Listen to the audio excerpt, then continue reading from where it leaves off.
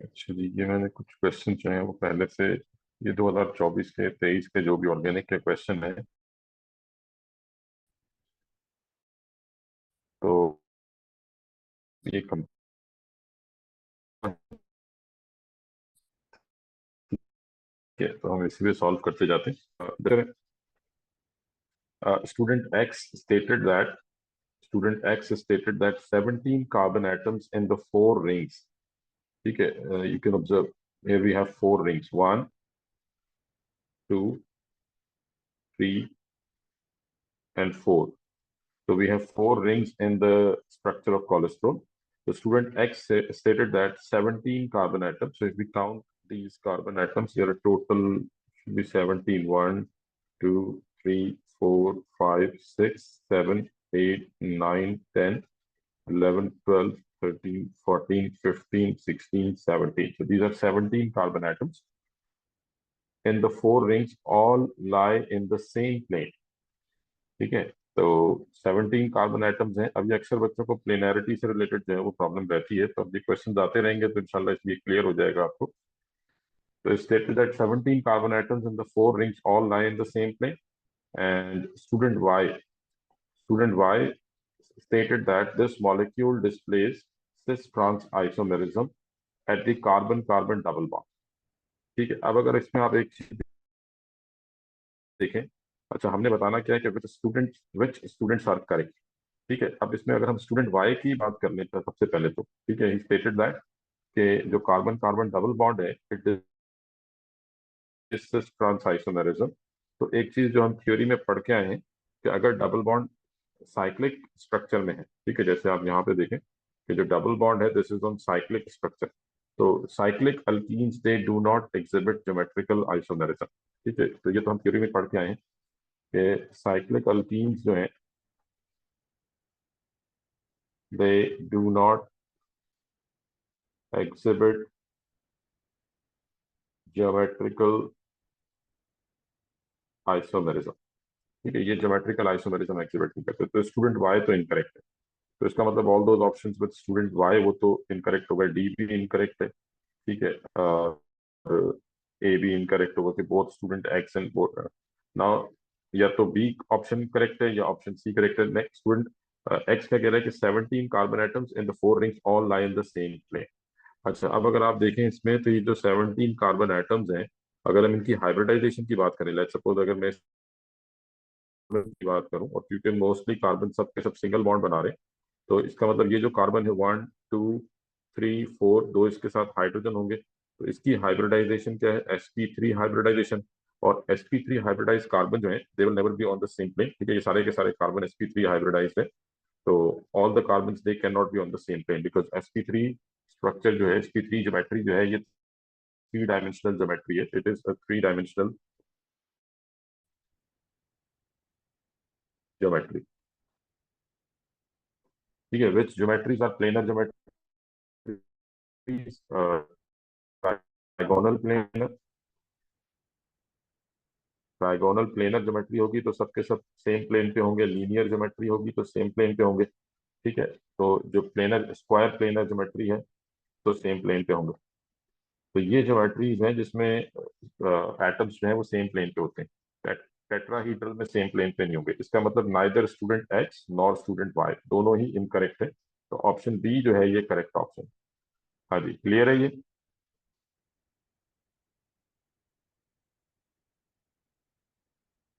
ठीक है, ये ध्यान में रखिएगा कि tetrahedral, pyramidal geometry, tetrahedral geometry, ये जितनी भी ज्योमेट्रीज हैं ये नॉन प्लेनर ज्योमेट्रीज होती हैं।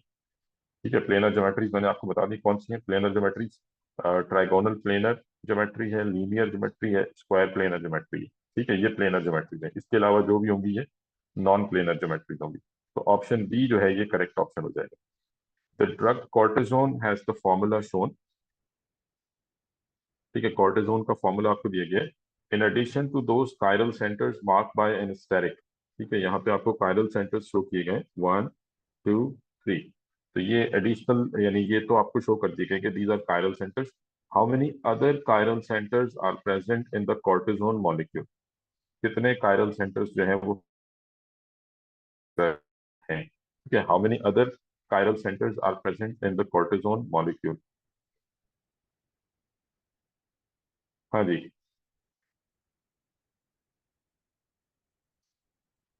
तो अब अगर हम यहाँ पे देखें तो कितने कायरल सेंटर्स मौजूद हैं।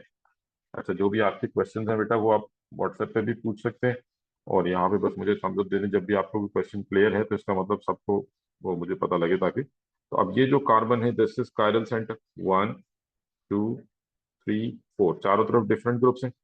ठीक है, तो ये कायरल सेंटर हो गए।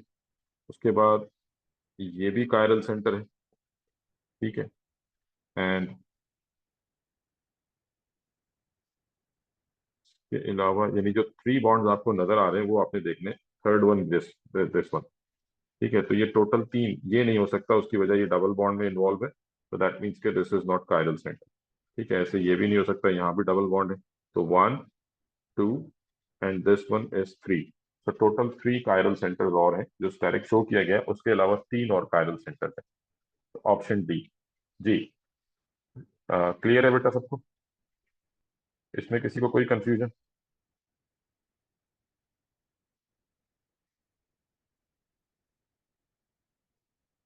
ठीक है जी, नेक्स्ट क्वेश्चन पे आते हैं। But two yne but two yne reacts with cold dilute acidified KMnO4 to give product X। ठीक है, ब्यूट टू इन है 1 2 3 4। But two yne reacts with cold dilute acidified KMnO4। Cold dilute KMnO4 से react करेगा, cold KMnO4 से, तो क्या बनेगा? Diol बनेगा। 1 2 3 4, एक OH इधर आ जाएगा और एक OH इधर आ जाएगा। ठीक है, but two yne reacts with hot concentrated acidified KMnO4 to give product Y। ठीक है, हॉट कंसंट्रेटेड KMnO4 से रिएक्ट करेगा तो प्रोडक्ट Y बनेगी। एंड आई होप सबको क्लियर होगा कि जब हॉट कंसंट्रेटेड KMnO4 से रिएक्ट करेगा तो ये डबल बॉन्ड टूट जाएगा। इस कार्बन के साथ एक R ग्रुप है, एक H है, और इस कार्बन के साथ भी एक R ग्रुप है और एक H है, तो इसका मतलब एसिड बनेगा, ethanoic acid. Which statement about product X which is ethanoic acid and product Y is correct? ठीक है, product X and product Y, sorry product X क्या है?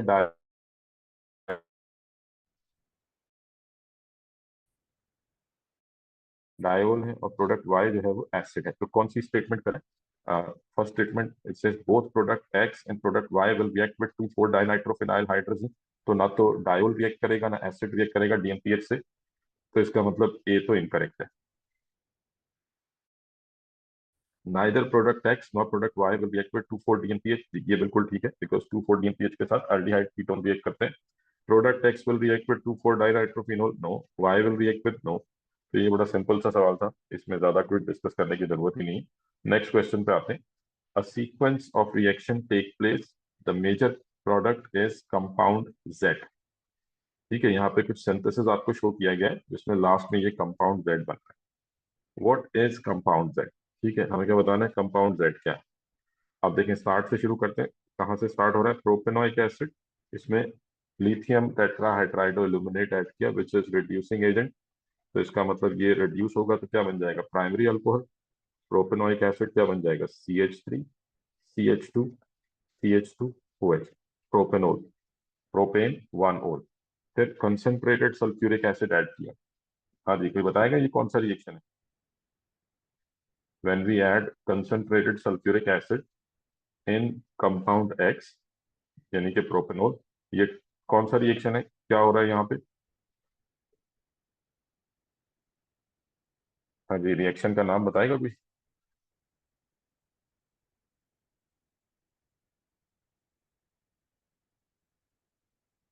जी बिल्कुल, डिहाइड्रेशन है, या इसको आप एलिमिनेशन कह दें, एक ही बात है। ठीक है, एलिमिनेशन और डिहाइड्रेशन। तो यहाँ पे जब आप सल्फ्यूरिक एसिड ऐड करेंगे तो यस, एलिमिनेशन हो रही है, या डिहाइड्रेशन कह दें, तो वाटर मॉलिक्यूल लॉस होगा। यानी कि जिस कार्बन पे OH ग्रुप है यहाँ से OH जाएगा, और नेबरिंग कार्बन से एक H चला जाएगा। तो क्या बन जाएगा? 3 कार्बन वाला अल्कीन बन जाएगा। वी गेट CH3CH, यहाँ से एक हाइड्रोजन गया, डबल बॉन्ड CH2, यहाँ से OH गया। तो ये कंपाउंड Y क्या हो गया? This is compound Y, alkene. उसके बाद pass vapours with steam over phosphoric acid. हाँ जी, ये कौन सा रिएक्शन है? अब इसमें आप दोबारा स्टीम ऐड कर रहे हैं, this is addition of steam H2O। ठीक है, तो स्टीम ऐड करेंगे, तो अब यहाँ पे जो एडिशन होगी वो अकॉर्डिंग टू मार्कोनिकॉफ रूल जो है वो हमने देखना है। यानी कि हाइड्रोजन, क्योंकि वाटर ब्रेक होगा किसमें, एच में और ओ एच में। ठीक है, वाटर एच में और ओ एच में ब्रेक होगा, तो इसका मतलब एच कहाँ पे ऐड होगा, जहां पहले से हाइड्रोजन ज्यादा है, एच ऐड हो जाएगा सी एच टू पे, और ओ एच ऐड हो जाएगा सी एच पे, तो क्या बनेगा, C H three, C H O H, C H three.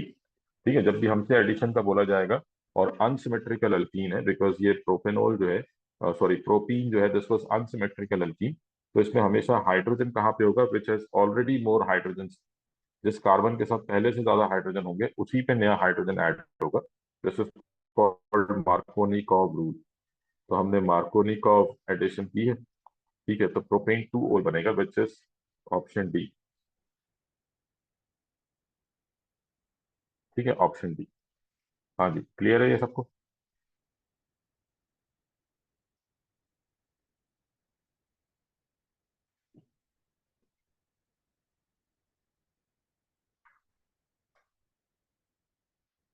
अच्छा, एक मिनट होल्ड कीजिएगा उधर।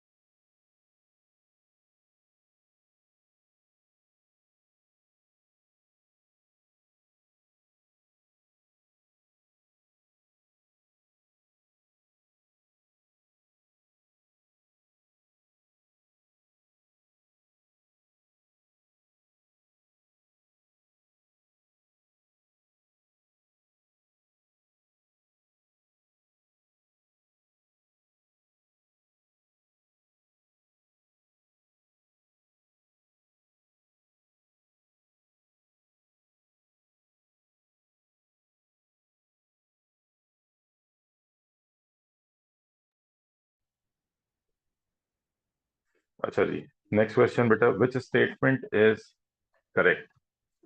ठीक है, which statement is correct. Bromoethene reacts with sodium hydroxide aqueous to form ethene. अच्छा, NaOH के साथ, NaOH एक्वस के साथ जब रिएक्शन होगा तो सबको याद होगा सब्स्टिट्यूशन होगी। इथीन जो है ये एलिमिनेशन का प्रोडक्ट है। ठीक है जी, ethene is a elimination, elimination product. ठीक है, तो ये कब बनेगा, जब NaOH इथेनॉलिक होगा। NaOH एक्वस है तो दैट मीन्स पे कौन सा रिएक्शन होना है, सब्स्टिट्यूशन। तो दैट मीन्स ए इनकरेक्ट है। One chlorobutane reacts more rapidly than one bromobutane with NaOH aqueous at the same temperature। ठीक है, वन क्लोरोब्यूटेन क्या है, one two three four, one chlorobutane and one bromobutane, one bromobutane. ठीक है, ये हमने जानबूझ के बॉन्ड लेंथ बढ़ाई है, बिकॉज वी नो कि ब्रोमीन जो है ये लार्जर एटम है, तो बॉन्ड लेंथ बढ़ेगी, और बॉन्ड लेंथ बढ़ेगी तो एनर्जी कम होगी, तो ज्यादा तेजी से रिएक्शन करेगा। एंड देयर सेइंग कि one chlorobutane reacts more rapidly, which is incorrect. One bromobutane जो है ये ज्यादा तेजी से रिएक्ट करेगा, due to its larger bond length, energy कम रिक्वायर्ड होगी। तो बी भी इनकरेक्ट है। सी क्या कह रहे हैं, hydrolysis of this compound occurs mostly by SN2 mechanism। Hydrolysis means के सब्स्टिट्यूशन रिएक्शन है, जो Na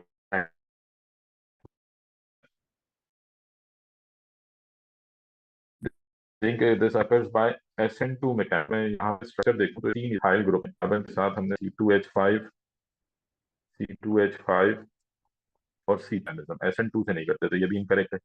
तब ऑब्वियसली डी ही करेक्ट होगा। This is some carbocation is less stable than this carbocation. तो आप देख लें, ये जो कार्बोकेटाइन है ये primary है, बिकॉज जिस कार्बन के साथ प्लस चार्ज, इसके साथ एक ही आर ग्रुप है, और ये टर्शरी कार्बोकेटाइन है, तो टर्शरी मोर स्टेबल होते, तो प्राइमरी ऑब्वियसली लेस स्टेबल ही होगा, तो ऑप्शन डी करेक्ट ऑप्शन। तो 5 का डी हो जाएगा। हाँ जी, इट क्लियर। इसमें किसी को कोई कंफ्यूजन, क्वेश्चन नंबर 5 सबको क्लियर है।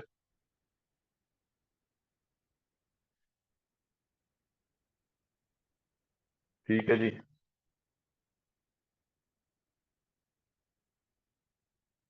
अच्छा जी, नेक्स्ट आते हैं क्वेश्चन नंबर 6। क्वेश्चन नंबर 6 क्या है? In the hydrolysis of bromoethane, in the hydrolysis substitution reaction of bromoethane halogenoalkane by aqueous NaOH, what is the nature of the attacking group and of the leaving group? तो substitution reaction में ये जो हेलोजिनो alkanes हैं, यहाँ कौन सा reaction होता है? न्यूक्लियोफिलिक सब्सटीट्यूशन होती है। तो nature of the attacking group क्या होगा? न्यूक्लियोफाइल होगा। ठीक है, तो या तो ऑप्शन सी है या ऑप्शन डी है, अटैकिंग ग्रुप इज न्यूक्लियोफाइल। और जो ग्रुप जा रहा होता है न्यूक्लियोफाइल अटैक करता है किस पे? अ, ये आर एक्स, ये हेलोजिनो अल्केन है, तो न्यूक्लियोफाइल रिप्लेस करता है एक्स को, तो this becomes NuR plus x निकल जाता है। तो एक्स जो निकला इस पे भी नेगेटिव चार्ज है, that mean this is also nucleophile. तो D is the correct answer. Both the attacking group and the leaving group, they both are nucleophile. तो आई थिंक ये सब कोई क्लियर होगा। Question number 7। X is an organic compound. X क्या है? It is an organic compound containing the elements carbon, hydrogen and oxygen only। ठीक है, x कोई ऑर्गेनिक कंपाउंड है जिसमें कार्बन है, हाइड्रोजन है, ऑक्सीजन है। The table shows the observations made from 3 chemical test carried out on X. ठीक है, एक्स पे 3 टेस्ट किए। First it reacts with sodium and this gives effervescence. तो दिस सजेस्ट के एक्स जो है it could be an alcohol or it could be acid, carboxylic acid, because both alcohol and acid reacts with metals. And then X reacts with sodium carbonate and effervescence occurs. So this suggests that it is an acid. And when it reacts with potassium dichromate oxidizing agent, it remains orange. That means के oxidation नहीं हुई, no oxidation। ठीक है, do not get oxidized। So what is the possible structure of X? ठीक है, अब देखें, अगर हम ए को देखते हैं, ऑप्शन ए अगर देखा जाए तो ऑप्शन ए में ये अल्कोहल मौजूद है, this will react with sodium. और ये हमारे पास एसिड मौजूद है, this will react with sodium and sodium carbonate both. तो अगर हम ऑप्शन यानी ए देखते हैं तो पहला और दूसरा रिएक्शन दोनों हो जाएंगे। बट देन ये से कि ये कह रहे हैं कि जी ये ऑक्सीडाइजिंग एजेंट से रिएक्शन नहीं करेगा। बट अगर हम यहाँ देखें तो ये जो कार्बन है जिस OH के साथ कनेक्टेड है, it is connected to 2 R group, तो ये सेकेंडरी अल्कोहल है। सेकेंडरी अल्कोहल ऑक्सीडाइज होते हैं, इसका मतलब ए नहीं हो सकता। ठीक है, बी में अगेन हमारे पास सेकेंडरी अल्कोहल है, ये भी नहीं हो सकता। सी में अगर देखें तो टर्शरी अल्कोहल है, बिकॉज कनेक्टेड टू 1 2 3, तो एक तो चीज पूरी हो रही है। बट यहाँ पे हमारे पास ये अल्डिहाइड है, दिस इज अल्डिहाइड। तो अल्डिहाइड जो है ये मेटल से या मेटल कार्बोनेट से रिएक्शन नहीं करते, तो सी भी नहीं हो सकता। और डी में देखें तो एसिड भी है, this will react with metal, this will react with metal carbonate, alcohol भी है। और जो अल्कोहल है ये अगर आप देखें तो this carbon which is connected to OH is connected to 1 2 3 R group, so this is tertiary alcohol। तो टर्शरी अल्कोहल ऑक्सीडाइज नहीं होगा, तो ऑप्शन डी जो है वो करेक्ट ऑप्शन। हाँ जी, क्वेश्चन नंबर 7 सबको क्लियर है?